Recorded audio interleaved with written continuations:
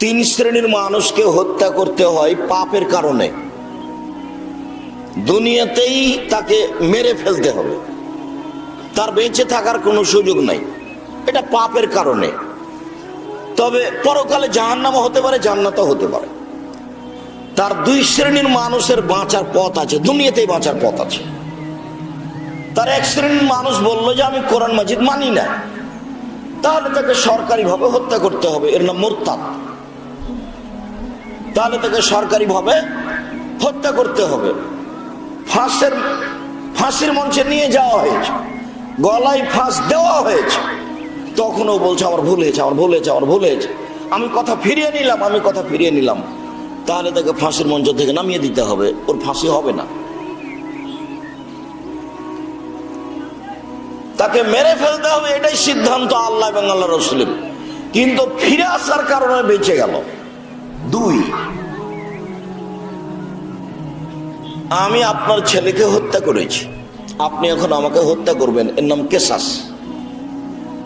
আমাকে ফাঁসির মঞ্চে নিয়ে যাওয়া হয়েছে, ফাঁস গলায় দেওয়া হয়েছে, তখন আপনি বলছেন, স্বামী স্ত্রী বলছেন না না না থাক, আমরা মাফ করে দিলাম, আমরা মাফ করে দিলাম, আমরা ফাঁসি নিব না, তখন ফাঁসির মঞ্চ থেকে নামিয়ে দিতে হবে, কেসাস আর বাস্তবায়ন হবে না।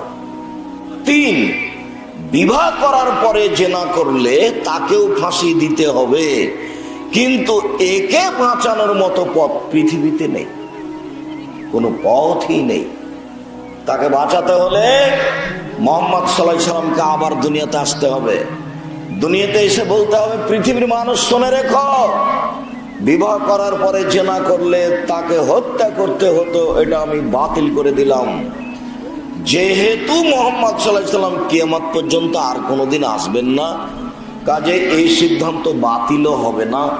জেনা করা, বিবাহ করার পরে কেউ যদি জেনা করে তাহলে তাকে ইট ঢিল পাথর দিয়ে মেরে মেরে মেরেই ফেলতে হবে, এটাই সিদ্ধান্ত, কোনো আপোষ নেই।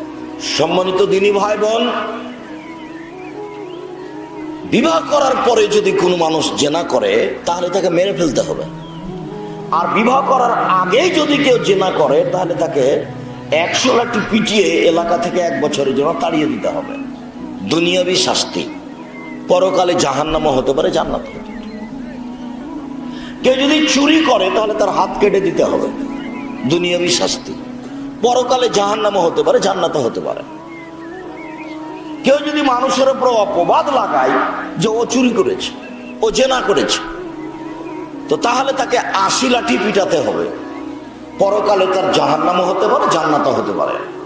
কেউ যদি নেশাদার দ্রব্য পান করে তাহলে তাকে 80 লাঠি পিটাতে হবে, বিড়ি, তামাক, জর্দা, সিগারেট, গুল, সব নেশাদার দ্রব্য, ওকে 80 লাঠি পিটাতে হবে, পরকালে তার জাহান্নামও হতে পারে, জান্নাতও হতে পারে।